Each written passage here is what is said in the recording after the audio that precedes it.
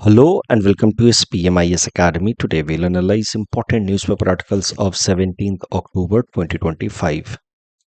Please note you can download the PDF version of today's newspaper analysis by clicking the link given in the comment section. This is the list of the topics that we'll be covering from today's newspaper. The first topic is about India elected unopposed to UNHRC. Important from our syllabus GS paper 2 international agencies point of view. UNHRC के बारे में हमने last month भी एक article cover किया था जहां पे इजराइल रिलेटेड एक रेजोल्यूशन लाया गया था यूएनएचआरसी में। एक बार फिर से देखते हैं यूएनएचआरसी के बारे में और फिर करंट न्यूज़ पे आएंगे। ये एक यूनाइटेड नेशंस की बॉडी है, United Nations human rights council, और जैसा नाम से ही समझ आ रहा है it has been created with the goal of promoting and protecting human rights across the world. तो इसके अंतर्गत रिजोल्यूशंस पास किए जाते हैं ताकि ह्यूमन राइट्स को प्रोटेक्ट किया जा सके। The resolutions passed under UNHRC are non binding in nature. वो किसी भी देश के ऊपर बाइंडिंग तौर पे इन्फोर्स नहीं होते हैं। वो एक तरीके से रिकमेंडेशन होता है कि आप ऐसे ऐसे कीजिए in order to prevent any human right violation. UNHRC was established in 2006। UNHRC के अंदर 47 मेंबर्स होते हैं किसी भी वक्त, हर एक देश से। तब किसी भी वक्त 47 मेंबर कंट्रीज को रिप्रेजेंटेशन मिला होता है और हर देश से एक मेंबर उस देश को रिप्रेजेंट करता है। तो यूनाइटेड नेशन जनरल असेंबली जो यूनाइटेड नेशंस की सबसे इंपॉर्टेंट प्रिंसिपल ऑर्गन है, उसमें 193 मेंबर कंट्रीज को रिप्रेजेंटेशन मिला है। वो 193 कंट्रीज आपस में से 47 कंट्रीज को चुन करके भेजते हैं to represent United Nations human rights council. ये जो 47 कंट्रीज चुन करके भेजे जाते हैं by United Nation general assembly, उनका टाइम पीरियड होता है 3 इयर्स का। तो एक बार अगर कोई देश को चुन करके भेजा गया to represent United Nations human right council, उसको 3 साल का टर्म मिलता है। और कोई भी देश मैक्सिमम 2 कंसेक्यूटिव टर्म्स ही सर्व कर सकता है, मतलब 3-3 साल के 2 टर्म्स, यानी कि एक बार में किसी भी देश का representation United nation human rights council में 6 इयर्स तक हो सकता है। The sessions of United Nations Human Rights Councils are held at Geneva in Switzerland.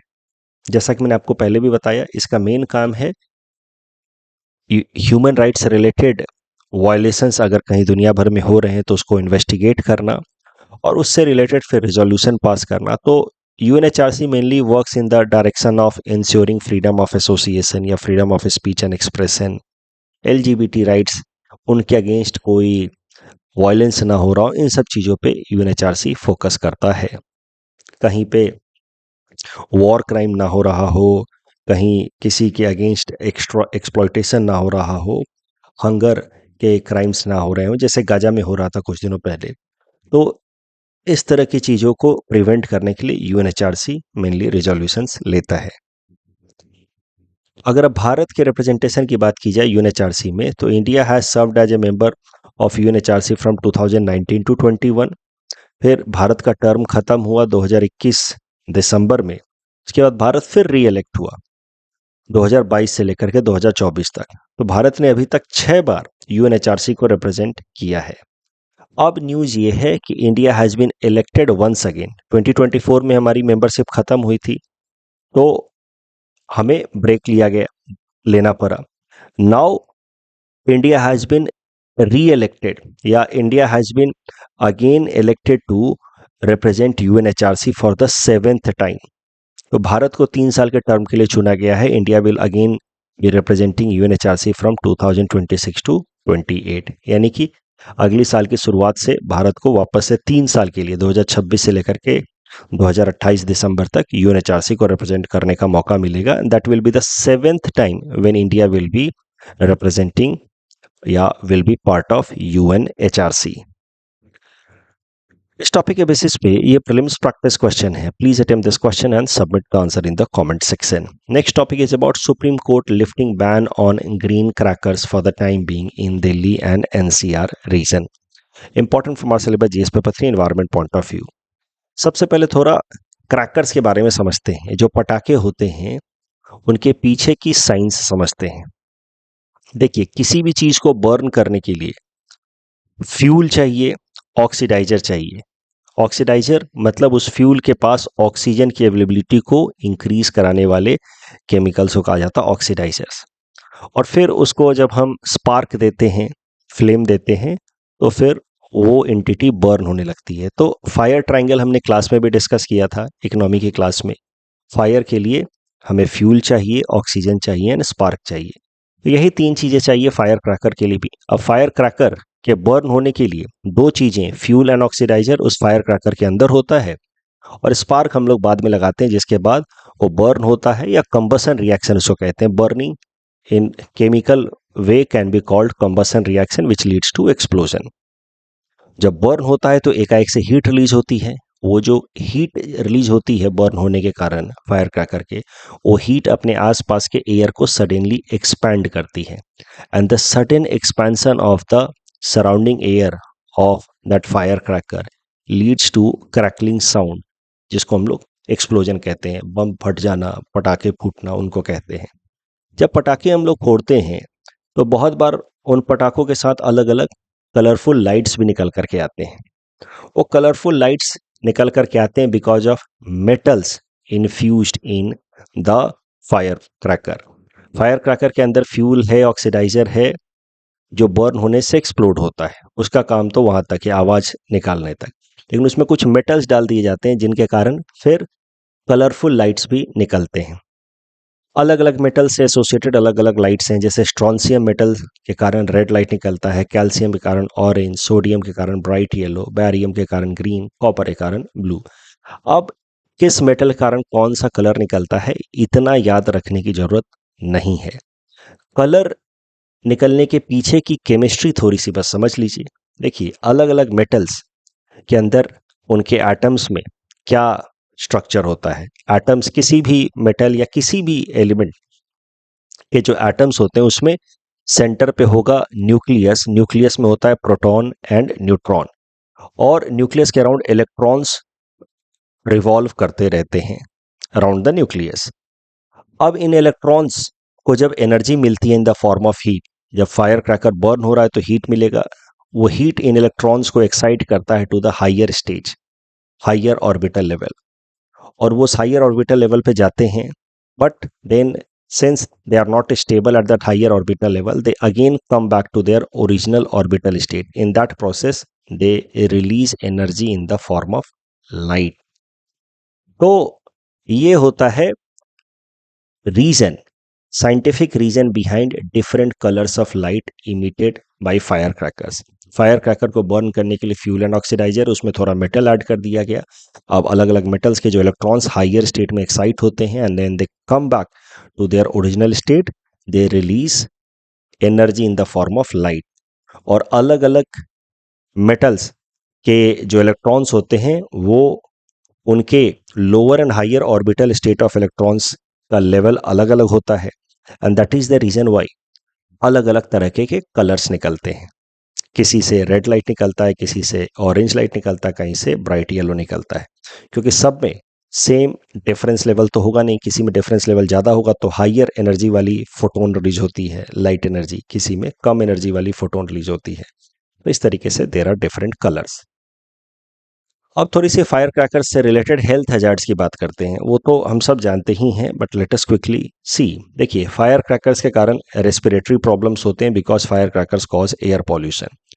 अलग अलग तरीके के पॉल्यूटेंट एयर जैसे कि सल्फर डाइऑक्साइड, नाइट्रोजन ऑक्साइड या carbon monoxide as well as particulate matter release होते हैं बिकॉज ऑफ फायर क्रैकर्स। तो उस कारण से रेस्पिरेटरी प्रॉब्लम्स हो सकती हैं, जैसे asthma, bronchitis, coughing and breathlessness.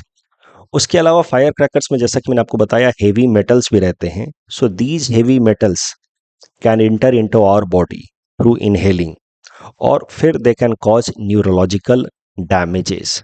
उसके अलावा जो एक्सप्लोजन होता है तो उसमें नॉइज पॉल्यूशन होता है। उस नॉइज पॉल्यूशन के कारण हियरिंग लॉस हो सकता है, क्योंकि नॉर्मली जो एक सेफ लिमिट होता है साउंड के लिए वो होता है 85 डेसिबल का, but fire crackers explosion generally releases sound up to 140 to 160 decibel. तो हियरिंग लॉस भी हो सकता है, एंड लाउड नॉइजेस के कारण साइकोलॉजिकल डिस्ट्रेस भी हो सकता है, specially amongst the young children, elderly people and animals.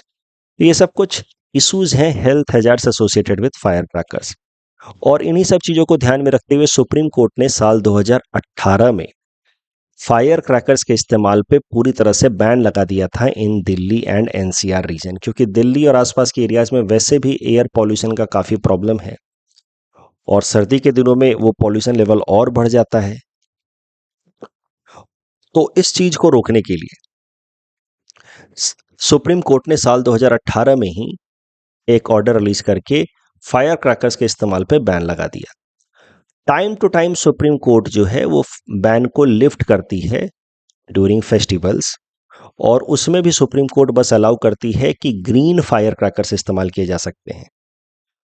तो इसी से रिलेटेड करंट न्यूज़ है, हाल फिलहाल में दिवाली के लिए 1 या 2 दिन के लिए, वो भी 2-3 घंटे के लिए सुप्रीम कोर्ट ने बैन लिफ्ट किया है from Delhi and NCR reason, जिसके अंतर्गत now people in these areas can use fire crackers but only green fire crackers.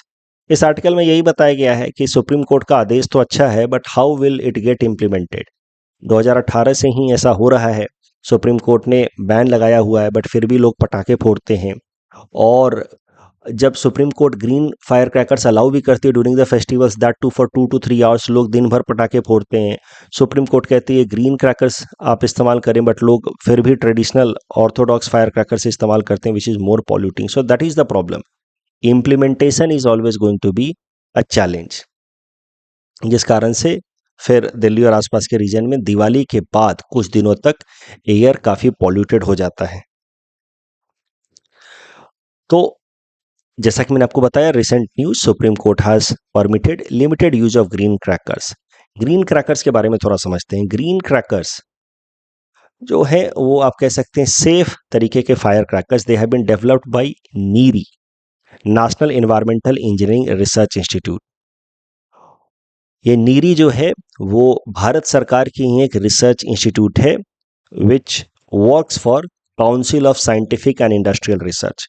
तो भारत सरकार की एक बॉडी है, ministry of science and technology के अंतर्गत काम करती है बॉडी, जिसका नाम है CSIR, council of scientific and industrial research. उसी CSIR का एक रिसर्च इंस्टीट्यूट है नीरी, जिसने बनाया है ये ग्रीन क्रैकर्स।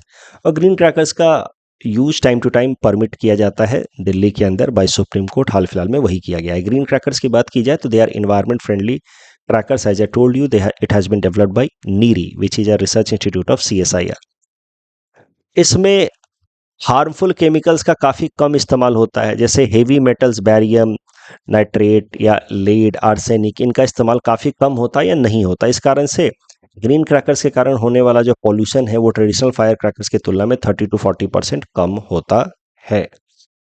अब CSIR नीरी ने 3 तरीके के ग्रीन क्रैकर्स रिलीज किए हैं। स्वास, सेफ वाटर रिलीजर, इसमें बेसिकली पर्टिकुलेट मैटर नहीं रिलीज होता है।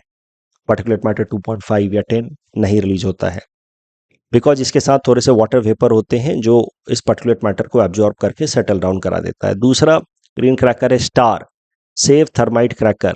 इसमें जो हार्मफुल गैसेज होते हैं, सल्फर ऑक्साइड, नाइट्रोजन ऑक्साइड, उनका इमिशन कम होता है। तीसरा है सफल, सेफ मिनिमल एल्यूमिनियम। इस तरह के ग्रीन क्रैकर्स में एल्यूमिनियम का रिलीज मिनिमाइज किया जाता है, because aluminium is a very की पॉल्यूटेंट। उससे हमारे न्यूरोलॉजिकल डैमेजेस हो सकते हैं। तो इन सब अलग अलग तरीके के ग्रीन क्रैकर्स बनाए हैं CSIR नीरी ने। मैं तो आपको रिक्वेस्ट करूंगा कि गुवाहाटी में भी आप कोशिश करें कि जब फायर क्रैकर्स खरीदें तो ग्रीन क्रैकर्स का ही इस्तेमाल करें। थोड़े से वो महंगे होते हैं और आवाज़ भी कम करेगा, बट ओवरऑल एनवायरनमेंट फ्रेंडली होता है वो। इस टॉपिक डिस्कशन के बेसिस पे प्रीलिम्स प्रैक्टिस क्वेश्चन है। Please attempt this question and submit the answer in the comment section. Next topic is about crew escape system, important from our syllabus GS paper 3 science and technology point of view. Crew escape system समझने से पहले हमें Gaganyaan mission के बारे में समझना होगा। एक बार गगनयान मिशन रिवाइज कर लेते हैं। Gaganyaan mission is planned by ISRO, Bharat की जो स्पेस एजेंसी है। इसके अंतर्गत astronauts will be sent in the space, lower earth orbit में भारत से 3 एस्ट्रोनॉट्स को भेजा जाएगा, जो लोअर अर्थ ऑर्बिट में लगभग 3 से 4 दिन तक अर्थ के अराउंड ऑर्बिट करेंगे and then they will be brought back to the earth safely. तो ये जो क्रूड मिशन है, इसके लिए कई सारे सपोर्ट सिस्टम्स भी डेवलप किए जा रहे हैं। साथ ही साथ ये जो गगनयान मिशन है, इसमें ऐसा नहीं है कि एक बार में ही एस्ट्रोनॉट्स को भेज दिया जाएगा स्पेस में, उसको फेज बाय फेज भेजा जा रहा है। Phase by phase Gaganyaan mission को इंप्लीमेंट किया जा रहा है। फेज 1 में एक अनक्रूड मिशन भेजा जाएगा। फेज 1 के अंदर कोई एस्ट्रोनॉट्स ह्यूमंस नहीं भेजे जाएंगे। फेज 1 में एक ह्यूमन लाइक रोबोट, इसको कहा जाता है ह्यूमनाइड रोबोट, जिसका नाम रखा है इसरो ने व्योम मित्र, उसको भेजा जाएगा और उस पे स्टडी किया जाएगा कि क्या इम्पैक्ट होगा स्पेस में कॉस्मिक रेडिएशंस का इस रोबोट के ऊपर, जिससे पता चल पाएगा कि हमारे एस्ट्रोनॉट्स को कैसे सेफली हम भेज सके। तो फेज 1 में डायरेक्टली एस्ट्रोनॉट्स नहीं भेजे जाएंगे। This Vyom Mitra will be Saint first of all. Phase 1 is scheduled for December 2025 या अर्ली 2026। तो पहले फेज 1 होगा, बाद में it will be followed with crude mission, जिसमें हमारे एस्ट्रोनॉट्स को भेजा जाएगा स्पेस में और वो स्पेस के अराउंड अर्थ के अराउंड ऑर्बिट करेंगे 3 से 4 दिन तक, जिसके बाद वो कॉस्मिक स्टडी करके वापस अर्थ पे आएंगे। तो ये है भारत का गगनयान मिशन का लक्ष्य। अब गगनयान मिशन में कई सारे कंपोनेंट्स डेवलप किए जाने हैं। Apart from sending our astronauts to the space and orbiting them around the earth, उसके लिए एक ऑर्बिटल मिशन चाहिए, ऑर्बिटल चाहिए होगा जिसके अंदर हमारे एस्ट्रोनॉट्स रह सकें। उसको थ्रस्ट प्रोवाइड करने के लिए रॉकेट चाहिए होगा, वो सब तो डेवलप हो ही रहा है। साथ ही साथ सपोर्ट सिस्टम्स भी डेवलप किए जा रहे हैं, ताकि अगर कुछ इमरजेंसी सिचुएशन आ गई तो हमारे एस्ट्रोनॉट्स को किसी खतरे से बचाया जा सके। उसी इमरजेंसी सिस्टम के अंतर्गत डेवलप किया गया है इसरो द्वारा क्रूस्केप सिस्टम। तो यही है करंट न्यूज कि ISRO has developed cost effective single stage vehicle which will be using Vikas engine. Vikas engine क्या, उसके बारे में थोड़ा हम आगे देखेंगे। आजा crew escape system for Gaganyaan mission. तो अगर कुछ भी इमरजेंसी सिचुएशन आती है तो ये क्रू स्केप सिस्टम का मेन काम होगा कि हमारे एस्ट्रोनॉट्स को सेफली टेक आउट करे from the overall Gaganyaan mission, ताकि हमारे एस्ट्रोनॉट्स किसी सेफ डिस्टेंस पे आ जाएं और उनको कोई खतरा ना हो। तो that is the goal of crew escape system. Emergency escape measure है। It will quickly pull the crew module along with the astronauts. तो जो क्रू मॉड्यूल बनेगा जिसके अंदर एस्ट्रोनॉट्स रहेंगे और उनको स्पेस में भेजा जाएगा, उसी मॉड्यूल को पुल आउट कर लेगा in case of some emergency. Normally जो क्रू स्केप सिस्टम होता है 2 टाइप का होता है, पुलर टाइप या पुशर टाइप। यानी कि मान लीजिए कि ये हमारा रॉकेट सिस्टम है, उसके ऊपर हमारा ऑर्बिटल मॉड्यूल है और अगर कुछ भी इमरजेंसी आती है तो एक सिस्टम होता है जो उस ऑर्बिटल को पुल करेगा, दूसरा होता है उसको ऐसा थ्रस्ट देगा कि वो दूर चला जाए, तो उसको कहा जाता है पुशर सिस्टम। गगनयान में जो क्रू स्केप सिस्टम बनाया जा रहा है दैट इज पुलर टाइप, वो पुल करेगा। अगर कुछ भी माल फंक्शनिंग होती है तो ये जो क्रू स्केप सिस्टम है it will pull our astronauts and it will take them to the safe distance and then splash them down in some sea या ओशन, जहां से उनको सेफली रिकवर किया जाएगा। जबकि स्पेसएक्स, तो यूएस की स्पेस एजेंसी है इलॉन मस्क द्वारा हेडेड, वो जब एस्ट्रोनॉट्स को भेजती है स्पेस में थ्रू रॉकेट्स लाइक फाल्कन 9, तो वहां पे जो क्रू स्केप सिस्टम इस्तेमाल किया जाता है दैट इज पुशर टाइप। उसमें कैसा सिस्टम रहता है कि जैसे ही कुछ माल फंक्शनिंग होगी उस क्रू ऑर्बिटल को ऐसा थ्रस्ट मिलेगा कि वो अपने आप इस सिस्टम से दूर हो जाएगा, जो डिफेक्टिव सिस्टम है उससे दूर हो जाएगा। तो पुशर टाइप है स्पेसएक्स का क्रू स्केप सिस्टम। भारत का जो गगनयान के लिए बनाया जा रहा है वो पुलर टाइप है। अब जैसा कि मैंने बताया कि ये जो क्रू स्केप सिस्टम बनाया गया है इसरो द्वारा फॉर गगनयान मिशन, उसमें विकास इंजन का इस्तेमाल किया जा रहा है। सिंगल स्टेज वाला व्हीकल है यानी इसमें विकास इंजन का इस्तेमाल किया जाए। तो विकास इंजन का पूरा नाम है Viking derived liquid engine adapted for ISRO rocket. Short में कहे तो विकास। विकास इंजन नाम से जैसा आपको समझ आ रहा है, इसमें लिक्विड इंजन, लिक्विड फ्यूल का इस्तेमाल किया जाता है। विकास इंजन को इसरो ने डेवलप किया है और ये जीएसएलवी, जियो स्टेशनरी लॉन्च व्हीकल के अंदर विकास इंजन का इस्तेमाल किया जाता है। तो भारत के अलग अलग जो लॉन्च व्हीकल हैं उसमें 2 मुख्य हैं, PSLV polar satellite launch vehicle and GSLV Jio stationery satellite launch vehicle. GSLV में 3 तरीके के इंजन्स लगे हैं। पहला जो इंजन है वो सॉलिड फ्यूल को हैंडल करता है, फर्स्ट स्टेज इंजन जो सॉलिड फ्यूल को हैंडल करता है। दूसरा स्टेज इंजन जो है वो लिक्विड फ्यूल को हैंडल करता है, लिक्विड फ्यूल का इस्तेमाल करता है। लिक्विड फ्यूल के फॉर्म में यहाँ पे इस्तेमाल होता है डाई नाइट्रोजन टेट्रोक्साइड। और जो तीसरा इंजन है वो क्रायोजेनिक इंजन है, जहाँ पे काफ़ी लो टेम्परेचर पे लिक्विड हाइड्रोजन फ्यूल का इस्तेमाल किया जाता है। तो जो सेकंड इंजन है जो लिक्विड फ्यूल का इस्तेमाल करता है वही है विकास इंजन जो इसरो ने बनाया है फॉर जीएसएलवी। अब उसी विकास इंजन का इस्तेमाल अलग से किया जा रहा है इस क्रू एस्केप सिस्टम में, ताकि हमारे एस्ट्रोनॉट्स को बचाया जा सके in case of some emergency. इस टॉपिक डिस्कशन के बेसिस पे प्रीलिम्स प्रैक्टिस क्वेश्चन है। Please attempt this question and submit the answer in the comment section. Next topic is about dopamine overdose, how dopamine can create both good habits as well as addiction. तो it is a double edged sword. ये article बहुत अच्छा है, the Hindu में आया है ये article. Science and take perspective से इंपॉर्टेंट हो सकता है, इससे ज़्यादा महत्वपूर्ण हो सकता है GS paper 4 ethics and integrity perspective से। तो इफ़ पॉसिबल मैं रिक्वेस्ट करूंगा कि आप इस आर्टिकल को खुद भी पढ़ें, समझें, रिफ्लेक्ट करें, क्योंकि apart from exam perspective it can be very helpful in our lifes as well, specially for students. तो समझते हैं, सबसे पहले समझते हैं कि डोपामीन है क्या। Dopamine is a neurotransmitter. Neurotransmitter का मतलब होता है केमिकल जो हमारे ब्रेन में पहले रिलीज होता है and then it moves through our neurons, उनको कहा जाता है न्यूरोट्रांसमीटर। तो it's a neurotransmitter, chemical messenger that carry signals between brain cells. Brain cells को ही कहा जाता है न्यूरॉन। जब डोपामीन हमारे ब्रेन के अंदर रिलीज होता है और ये हमारे न्यूरॉन्स के थ्रू मूव करता है तो we feel good. It gives us a pleasurable feeling, it gives a sense of satisfaction. Dopamine release can happen from activities like eating tasty food, listening to music, getting praise from someone. This dopamine gets released and moves through different neurons. उसी को कहा जाता है different pathways. Dopamine किस area में produce होता है इतना टेक्निकली जानना नहीं है, बट फिर भी मैंने थोड़ा सा ऐड कर दिया यहाँ पे। डोपामीन हमारे ब्रेन के मिड पार्ट में डेवलप होता है, उसमें भी mainly it is produced in substantia nigra की एसएन यहाँ पे, एंड दूसरा वेंट्रल टेगमेटल एरिया वीटीए। इन दो एरिया से डोपामीन रिलीज होता है। जब भी कोई ऐसी एक्टिविटी होती है जो हमें अच्छा लगे तो डोपामीन रिलीज होता है and it moves through different pathways. अलग अलग पाथवेज होते हैं अलग अलग तरह की फीलिंग के लिए। कुछ किसी किसी पाथवे से जब डोपामीन मूव होता है तो हमें मोटिवेशन फील होता है, किसी पाथवे से मूव होता है तो एक्साइटमेंट फील होता है।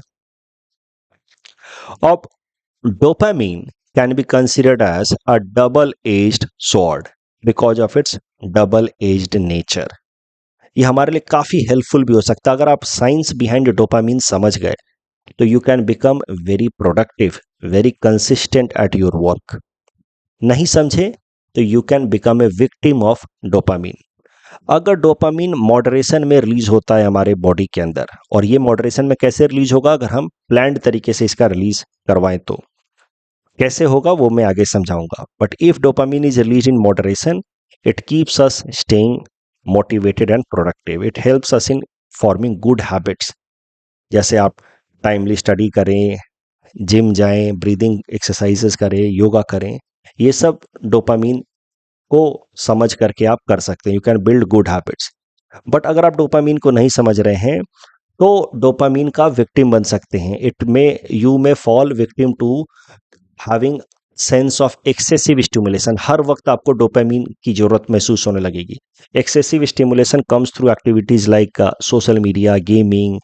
सोशल मीडिया पे जो नोटिफिकेशंस आते हैं, इतने व्यूज हो गए, इतने लाइक्स हो गए, इससे क्या होता है इंसान के अंदर डोपामीन ओवरलोड होने लगता है। हर मोमेंट जब उसके अंदर डोपामीन रिलीज होने लगता है ना, तो डोपामीन का लेवल बढ़ जाता है इंसान के ब्रेन के अंदर, एवरेज लेवल बढ़ जाता है। उसको अब नॉर्मल डोपामीन जो है वो प्लेजरेबल फील नहीं कराता है।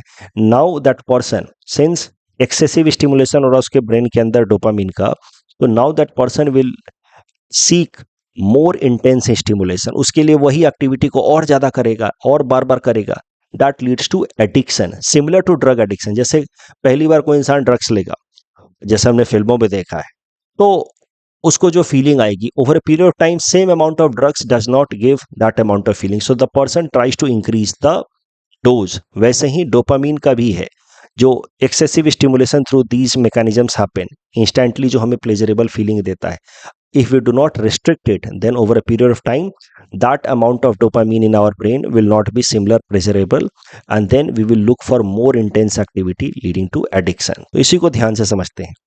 How dopamine can help in forming good habits and avoid addiction, and if we do not understand it, then we may fall victim to this dopamine game. देखिए, dopamine leads to good habits.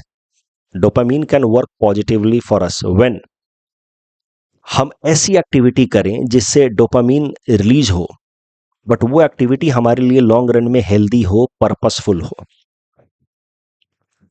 आप कोई भी ऐसी activity करें जिससे आपको बाद में अच्छा लग रहा है, गुड फीलिंग आ रही है, तो इसका मतलब आपके ब्रेन में डोपामीन रिलीज हुआ है. जैसे आप पढ़ाई करें ईमानदारी से 2-3 घंटे, एक्सरसाइज करें, मेडिटेशन करें, तो भी आपके ब्रेन के अंदर डोपामीन रिलीज होता है. बट ऐसी एक्टिविटी से अपने ब्रेन के अंदर डोपामीन रिलीज करवाना, जिसको करने के लिए थोड़ा एफर्ट डालना पड़ता है, जिसको करने से लॉन्ग रन में हमारा लाइफ में थोड़ा हेल्दी एक्टिविटीज या हेल्दी हैबिट्स बन सकते हैं, लॉन्ग रन में हमारे गोल्स को अचीव करने में मदद मिल सकती है, ऐसी एक्टिविटीज से डोपामीन रिलीज करवाइए. जहां पे reward is not instantaneous, reward is delayed. You work for it today, dopamine gets released, but the reward you do not get right now. Reward बाद में मिलेगा. तो ऐसी चीजों से डोपामीन रिलीज जब आप करवाएंगे तो over a period of time it will make your part of daily habit. जैसे मैं आपको समझाने के लिए बस बता रहा हूँ, मैं क्लास में बहुत बार नहीं समझा पाता how to be consistent and how to remain motivated, लेकिन इस डोपामीन की साइंस के बेसिस पे आज समझा सकता हूँ. अदरवाइज क्लास में समझाना कई बार डिफिकल्ट हो जाता है आउट ऑफ नोवेयर. लेकिन यहाँ पे since we are in this context, please understand what I do. I try to get up early in the morning, read 3 newspapers. उसके बेसिस पे मैं पीपीटी बनाता हूँ, फिर रिकॉर्ड करके अपलोड करता हूँ. जैसे ही मैं अपलोड करता हूँ मुझे एक अच्छी फीलिंग आती है कि चलिए मैंने एक काम अपना दिन का अच्छे से कर दिया. That good feeling reinforces the sense of repeating this activity. तो अगले दिन मेरा फिर मन होता है जल्दी उठो यार. उठने में दिक्कत होती है, सबको होती है, मुझे भी होती है, बट एक रीइंफोर्समेंट हो गया है कि चलो अगर जब मैं कर दूंगा तो I will have a good feeling. तो इससे होता क्या कि मैं रोज ये काम अभी तक तो कर पा रहा हूँ. सुबह उठता हूँ, मैं पढ़ता हूँ, न्यूज़पेपर पीपीटी बनाता हूँ, अपलोड कर देता हूँ. अब इस तरह की एक्टिविटीज आप करेंगे जिसमें आपको थोड़ा एफर्ट डालना पड़ रहा है, बट लॉन्ग रन में it will be purposeful for you in achieving some long term goal. जहां पे रिवॉर्ड इज डिलेड. मैं साल भर पढ़ाता हूं, तब जाकर के साल के अंत में एग्जाम में सवाल पूछे जाते हैं, न्यूज़पेपर एनालिसिस से बच्चे कहते हैं कि हाँ सर फायदा हुआ. तो रिवॉर्ड इंस्टेंटेनियसली मुझे नहीं मिलता है, बट मुझे वो जो फीलिंग आती है रोज कि I have done my job, that feeling reinforces the tendency of repeating it. जैसे आप जिम जाएं, वर्कआउट करेंगे, dopamine will be released. Over a period of time your brain links this idea कि एक्सरसाइज मतलब गुड फीलिंग. तो वो good feeling लेने के लिए आप रोज एक्सरसाइज करेंगे. ओवर पीरियड ऑफ टाइम जब आप एक्सरसाइज करेंगे तो आप हेल्दी हो जाएंगे. तो इस तरीके से हैबिट बनती है. हैबिट और एडिक्शन में अंतर क्या होता है? दोनों में एक सिमिलैरिटी है कि a person tend to repeat that activity, ये सिमिलैरिटी है. बट एक मेन डिफरेंस है कि हैबिट उन चीजों की बनती है, उन चीजों के रिपीटेशन की टेंडेंसी को हैबिट कहा जाता है जिनको करना थोड़ा डिफिकल्ट है फॉर कॉमन मैन. जैसे आप ये नहीं कह सकते कि मुझे पिज्जा खाने का हैबिट है, लेकिन आप ये कह सकते हैं कि मुझे मेडिटेशन करने की हैबिट है. Habit means ability to repeat an activity in regular manner which seemingly is difficult for general people, but your ability to repeat it easily because you have developed that ability. And how you develop that ability? By reinforcing your brain wires in such a manner that that activity becomes pleasurable for you. जब वो आप activity perform करते हैं तो आपको थोड़ा dopamine release होता है. उस डोपामीन की खोज में, उस डोपामीन के लिए आप वो एक्टिविटी आराम से परफॉर्म कर पाते हैं, जो बाकियों के लिए बाकी बहुत कठिन हो जाता है, क्योंकि उनको उस डोपामीन का एहसास ही नहीं है, उनको उस डोपामीन का रीइंफोर्समेंट उनके ब्रेन में हुआ नहीं है. तो इसी को कहा जाता है ब्रेन की इंटरनल वायरिंग. एडिक्शन और हैबिट में सिमिलरिटी जैसे मैंने बताया, दोनों में रिपीटेशन की टेंडेंसी होती है, but addiction happens when you engage into activity जिसमें आपको कुछ हार्ड वर्क नहीं करना है, जिसमें रिवॉर्ड जो है इंस्टेंट है। स्विगी से बर्गर ऑर्डर किया, खा लिया, उसमें खुद क्या किया आपने? ऑनलाइन सोशल मीडिया पे आप रील्स देख रहे हैं, खूब मजे कर रहे हैं, उसमें आपने मेहनत क्या किया? तो when reward is instantaneous, intense, without much effort, तो फिर जो रीइंफोर्समेंट होता है ब्रेन में उस एक्टिविटी को रिपीट करने के लिए, उसी को कहा जाता है एडिक्शन। एडिक्शन से जनरली होता क्या है कि शॉर्ट टर्म में तो प्लेजर मिलता है, बट लॉन्ग टर्म में बहुत हार्म होता है, क्योंकि लॉन्ग टर्म में आप ऐसा कुछ भी नहीं कर रहे हैं which is making your life healthy and purposeful. और क्या समस्या होती है कि शॉर्ट टर्म में इतना ज्यादा डोपामिन रिलीज होने लगता है हमारे ब्रेन के अंदर बिकॉज ऑफ दीज एक्टिविटीज। अभी जिम करके बहुत ज्यादा डोपामिन नहीं रिलीज होगा, पढ़ाई करके बहुत ज्यादा डोपामिन नहीं रिलीज होगा, न्यूज़पेपर एनालिसिस करके मुझे बहुत ज्यादा डोपामिन नहीं रिलीज होगा, लेकिन अलग अलग वीडियोस देख देख करके इतना डोपामिन रिलीज होने लगता है लोगों का कि average dopamine level is very high, and then even a normal activity appears to be very very dull. मैं कभी कभार कुछ बच्चों को देखता हूं कि क्लास में उनका मन ही नहीं लगता। क्यों? क्योंकि घर पे खूब दिन भर सोशल मीडिया और रील्स करके आए हो, तो तुम जनरली तुम्हें हर मोमेंट एक्साइटेड रहने की आदत है। अब क्लास में तुम फोकस ही नहीं कर पा रहे। एक बात आप और ध्यान देते होंगे कि जब आप छुट्टियों के बाद पढ़ाई पे वापस लौटते हैं तो आपको पढ़ाई करने में फिर तकलीफ होती है, क्योंकि छुट्टियों के दौरान आपने खूब मजे किए, घर गए, फैमिली से मिले, फ्रेंड से मिले, तो आपका डोपामिन लेवल बहुत बढ़ गया है। नाउ नॉर्मल एक्टिविटी पढ़ाई जो पहले आपको थोड़ा बहुत डोपामिन देता था, अब वो डोपामिन भी आपको लग रहा है कि लोअर लेवल ऑफ डोपामिन है, क्योंकि घर पे जो आप मजे करके आए उससे डोपामिन लेवल काफी बढ़ गया। तो नाउ पढ़ाई जो पहले डोपामिन देती थी वो dopamine level is now not enough and now that activity appears to be dull. तो ये प्रॉब्लम होती है जब आप ऐसी एक्टिविटीज में इन्वॉल्व होते हैं जो इंस्टेंटली इंटेंस डोपामिन रिलीज करता है, एडिक्टिव हो जाता है। नॉर्मल जो रिवार्डिंग एक्टिविटी है उसको करना आपके लिए कठिन हो जाता है, इसलिए इससे बचें। आपने अक्सर ऐसा देखा होगा, मैं अक्सर यूथ को देखता हूं, जैसे ही 10 मिनट का टाइम मिला सब अपना अपना फोन लेकर के देखने लगते हैं। सो that is the problem, dopamine in modern lifestyle. जो सोशल मीडिया का जमाना है, अभी एपीएससी ने ऐसे भी पूछा इस पे, लाइफ विदाउट इंटरनेट। तो पॉजिटिव एस्पेक्ट्स, नेगेटिव एस्पेक्ट सब लिखेंगे आप इंटरनेट का, उसमें ये बातें भी लिख सकते थे आप। अभी क्या है, सोशल मीडिया के कारण, शॉर्ट वीडियोस, इंस्टेंट नोटिफिकेशन के कारण there is dopamine surge in our brain, और इतना ज्यादा डोपामिन सबके ब्रेन में रिलीज हो रहा है कि we have become addictive to it. थोड़ा सा भी लेवल उससे कम होता है तो हमें बेचैनी सी महसूस होने लगती है, और फिर मन करता है और फोन देखो। और उसमें भी अब हो क्या रहा है कि नॉर्मल जो रील्स पहले आपको प्लेजरेबल लगते थे अब वो रील्स भी बोरिंग लगेंगे, तो फिर आप और ज्यादा, इससे भी ज्यादा इंटेंस कुछ देर ढूंढने की कोशिश करेंगे। इससे क्या हो रहा है कि अटेंशन डेफिसिट की भी समस्याएं आ रही हैं। अटेंशन स्पैन यंगस्टर्स का काफी कम होता जा रहा है। एक रिसर्च के हिसाब से पता चला कि youngsters can now not focus more than 8 seconds on an average on a particular idea. That is very dangerous trend. अब डोपामीन की सर्च में every moment brains are generally filled with dopamine overload. Dopamine overload होने के कारण fatigue महसूस होता है, loss of motivation होता है, अरे यार अब और क्या, लगता है कि अब जीवन में और क्या, और कुछ नया मिले। Inability to enjoy simple pleasurable things, focus on real life goals, ये कठिनाई हो जाती है क्योंकि डोपामिन लेवल तो बहुत हाई है। अब बुक पढ़ने में कहाँ से मजा आएगा, मेडिटेशन करने में कहाँ से मजा आएगा। डोपामिन लेवल जब बहुत हाई हो जाता है because of repeated addictive activities, तो उससे एंग्जाइटी होती है, मूड स्विंग होता है, सेल्फ स्टीम भी रिड्यूस होता है, क्योंकि हमने अपने डोपामिन को लिंक कर दिया है विथ एक्सटर्नल वैलिडेशन कि इतने लाइक्स आएंगे, इतने व्यूज आएंगे, तब जाकर के मैं खुश होऊंगा। तो उससे क्या है कि हमेशा एक डर सा लगा रहता है कि कितने लाइक्स आएंगे कि नहीं आएंगे, व्यूज आएंगे कि नहीं आएंगे, एक्सटर्नल वैलिडेशन की हम तलाश में रहते हैं, and we do not appreciate genuine happiness. तो एक्सेसिव डोपामिन प्रोडक्शन से इंसानों को हैप्पीनेस नहीं मिल रही है, वो एक प्लेजर मिल रहा है, वो प्लेजर भी कहीं ना कहीं सेंस ऑफ हॉलोनेस क्रिएट कर रहा है। बार बार लगातार रील्स देखने वाले लोग, they may feel that they are happy but they still feel unfulfilled from within. इसीलिए what to do dear students, exam के अलावा लाइफ में भी इस्तेमाल करना है। Take breaks from screens and social media. Time to time आप phone रख दो, वीकेंड को बोलोगे मैं देखूंगा नहीं फोन, कुछ तो अपने ऊपर डिसिप्लिन प्रैक्टिस करना होगा। Engage into mindful and slower activities जैसे कि रीडिंग, वॉकिंग या सम हॉबीज, कुछ और एक्सप्लोर कीजिए, गार्डनिंग कीजिए, जिसमें आपको स्टार्टिंग में बोरडम होगा लेकिन बाद में उन एक्टिविटीज से आप प्लेजर डिराइव करना शुरू कीजिए, तब जाकर के आपकी हैबिट्स कल्टीवेट होंगी। Please cultivate good habits which will B meaningful in long run rather than going for instant gratification. इस टॉपिक पे यूपीएससी ऐसा मेंस में आपसे सवाल पूछ सकता है कि कैसे डोपामीन मैनेजमेंट जो है हमें सेल्फ रेगुलेशन में भी हेल्प करेगा, एथिकल डिसीजन में भी हेल्प करेगा। सेल्फ रेगुलेशन में तो हेल्प करेगा ही करेगा, कल्टीवेटिंग गुड हैबिट जिसकी मैंने बात की, एथिकल डिसीजन मेकिंग में भी हेल्प करेगा। Because what is ethics? Ethics is choosing what is right over what is easy.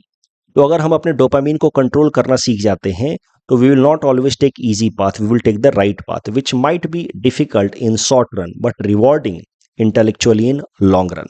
तो एथिकल डिसीजन मेकिंग में भी dopamine regulation will be helpful, dopamine control will be helpful. कल जो हमने prelims practice question लिए थे उसका आंसर देख लेते हैं। इसमें second statement and fourth statement wrong है सीधा सीधा। It does not apply to all refugees and India is not signatory. Rare earth element में तो of course second statement is wrong because it is not extremely scarce, है moderately abundant amount में है। Prussian blue treatment for heavy metal poisoning and commonwealth games से related, वो दोनों statements गलत हैं। इंडिया हैज पहले होस्ट किया हुआ है and it is not Aedes अबाबा जिसको भारत ने बीट किया, तो दोनों स्टेटमेंट्स गलत हैं। That's all from our side for today, thanks for watching.